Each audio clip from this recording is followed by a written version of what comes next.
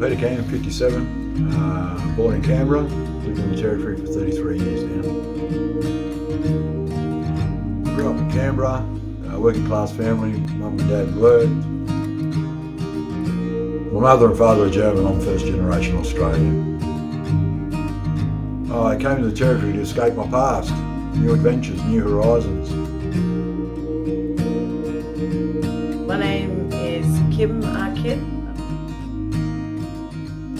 I live in Alice Springs. I was born and bred in Alice Springs. I'm 37 years old. I have a partner. I have 3 sons. My oldest son is 17.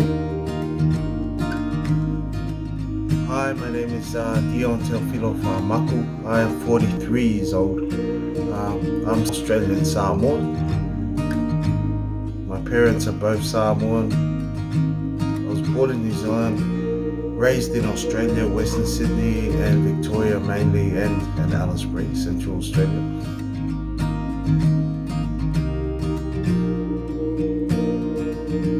My name's Angie Fuller. I'm 30 years old. I'm half Thai, half Australian, and I was born in Thailand. I have 2 children. I have Isaiah and Aaliyah. I have a brother and a sister and a mum and dad.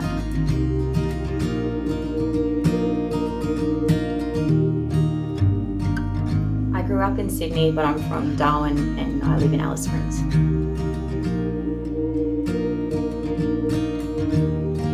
My name is Sadosi Tupou. I'm 40 years old.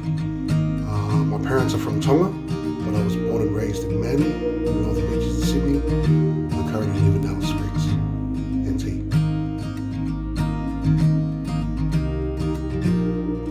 I guess you could say my brothers and I had a traumatic upbringing.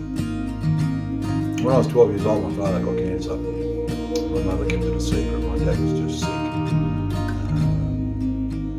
Dad would come back drunk, cause a bit of violence. Yeah, so our upbringing was mainly for me and my brother, my older brother, Donnie. Being brought up in a violent home, violent man. He had the alcohol problems as well, so he'd beat up on mum and us as well. I started using drugs and alcohol from childhood trauma and domestic violence. I started using drugs when I was 11 years old. My main drugs of choice were methamphetamines, cannabis, prescription drugs and alcohol. I started using little bits at first, and then my drug addiction escalated and ended up being a dependency and skyrocketed. With drugs and alcohol started at a very young age for me, and a lot of the ones that were going through the same things as us, probably around the 12 years old. This is Western Sydney, this is happening. We're drinking, we're smoking weed, and then we're starting to experiment with some of those the harder drugs as well. Running around the streets, also in King's Cross, at that age with older cousins and older friends, rolling people, robbing people, beating people up, just pretty much taking our anger and our trauma out on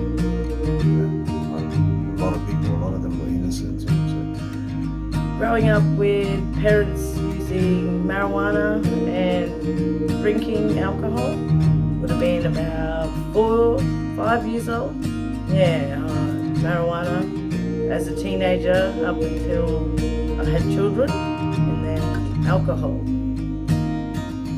Mother and father are German, I'm first generation Australian. Due to the war, my culture was never expressed, was never discussed. Due to war crimes, things like that, what roles my great uncles, my grandfather and family played in was always a secret. So I never knew where I came from. For me, that was very disturbing. I didn't know where I fit. I never had a sense of belonging, so I just always gravitated to other people, other cultures, drugs and alcohol naturally, as a way of trying to fit in, to find out who I am, where I come from.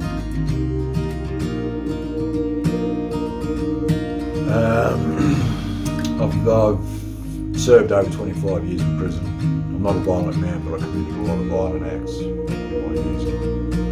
Yeah, my brothers and I guess we just turned to crime, drugs and alcohol. We all started drinking and smoking weed real young. They're older than me, so I used to try to hang around them and copy what they were doing, stealing cars, all that type of thing. Primarily alcohol and cannabis were the two big issues, but used a lot of ecstasy and speed over the years, party drugs, cocaine, not really meth until my 30s.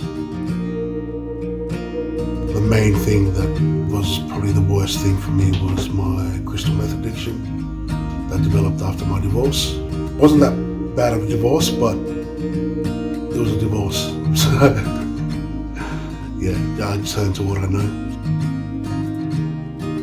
What didn't help was being surrounded by meth users on a regular basis. What worked for me was finding something that I loved more than my addiction. Nephews and nieces was something I cared about much more than the drug. After serving 21 years, I was released from jail in 2010. I had a bright future, bright promise, everything like that, but I had no coping skills. I was confrontational, I was judgmental, I was not engaging, and I returned back to jail for 15 months. I came out with a new plan. Again, I didn't cope. I went back to jail for another 3 years. Then I was released. I put my hand up to do a rehabilitation program at Arundel House. Through the help and guidance I received there, I remained drug and alcohol free, abstinent. It made me think I'd rather help people than hurt them. Able to bring relatable skills to the program, to the house, to our clients. So I inquired about a role, a support role, and I was given the opportunity to take it. So before starting at DASA, I was heavily addicted to marijuana, and looking back to my addiction, I was pretty depressed, locked away at home, all alone when the kids and partner would go to school and work. Growing up around violence and drug and alcohol abuse. What made you want to change? Yeah. And having my own. What worked for me was realizing that it wasn't good and not to be ashamed and ask for help. When I first started working for DASA, I realized when I started giving up because of the job and then looking back, but the job made me realize. So going down that same cycle of alcohol and drugs, going well into the 20s and into the 30s, I'd say, when I had I think things started to change in my thinking when I had my eldest child, Mary J. I didn't stop the drugs and the alcohol, but I did start thinking more of like I need to start making a change.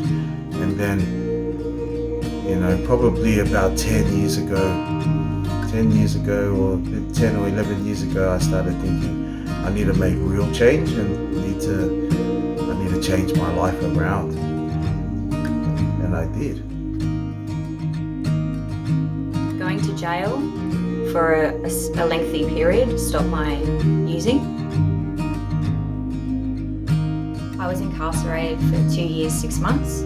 When I got out, I wanted to change my life, and DASA gave me the opportunity to do that. I wanted to change to have a better future for my kids and for myself, and to stop the pain in my family. If I could speak to my younger self, I would tell myself that life will get easier. You can't help what's happened and it's not your fault, but life does get easier. My life now consists of 8 children. I'm a sporting dad. I'm a boxing coach. I'm from a boxing family, so all my children, I train them in boxing and I love it. So I support them with their sport as well, with their basketball, netball and rugby. So So I'm very busy and I love that life. I love being a sport dad, and we're a Christian family as well. So we spend a lot of time singing and praying, learning about our spirituality and our values and our principles, and doing our best to live by them. This is how I live. My partner works at Aranda House as a support worker. At the moment, at the rehab, I have a lady that struggled with the same addiction I did with cannabis. I've shared my story with her, and it sort of helped her along her journey to feel stronger that she can do it and be somebody. After coming to Aranda House and working as a support worker, I was given the opportunity to move into a position as acting case manager. I had money in the bank. I had a good secure job. I had people that cared about me. And I did the things that made me happy. I enjoy my motorcycles. I enjoy walking my dogs. I can enjoy my life. That's when I met my partner. She taught me that you can go out socially and have one drink. She opened my eyes to a whole new world. We enjoy taking the dogs for a walk, going out for dinner. She was very non-judgmental, very supportive. If I want to do it, she goes, well, you've got the money, you can do it. You want a new bike, babe? Buy a new bike. I did. I bought 3. But in the process of recovery, I asked myself, I was honest with myself. I accepted I can't do anything to change my past. I can change today. I've got nothing to prove. Why am I being loyal to disloyal people? Why am I being respectful of others when they're not respecting me? Give up the culture. The code is bullshit. There is no honour amongst thieves. Lost a lot of friends to this stuff over the years. I wanted to help stop people feeling what I felt when I went through that loneliness. Yeah, surrounding myself with better people, good people, people who actually want to see you do better. Ask for help if you want help. There are people that care about you, that are waiting to help, and just waiting for you to ask. You can push through your addiction, and there is a way out. You just have to find out what works for you and do that. I've been with the Met team for about 1.5 years now. Just living life, enjoying my life, drug-free. Got a lot of good friends around me, got my family close. Just looking forward to what lies ahead. Hopefully I'll be closer to a beach somewhere. The things that are better for me now is my relationships with my family and my relationships with my children, and my life in general is just so much easier, and I have a better quality of life now. Life's good.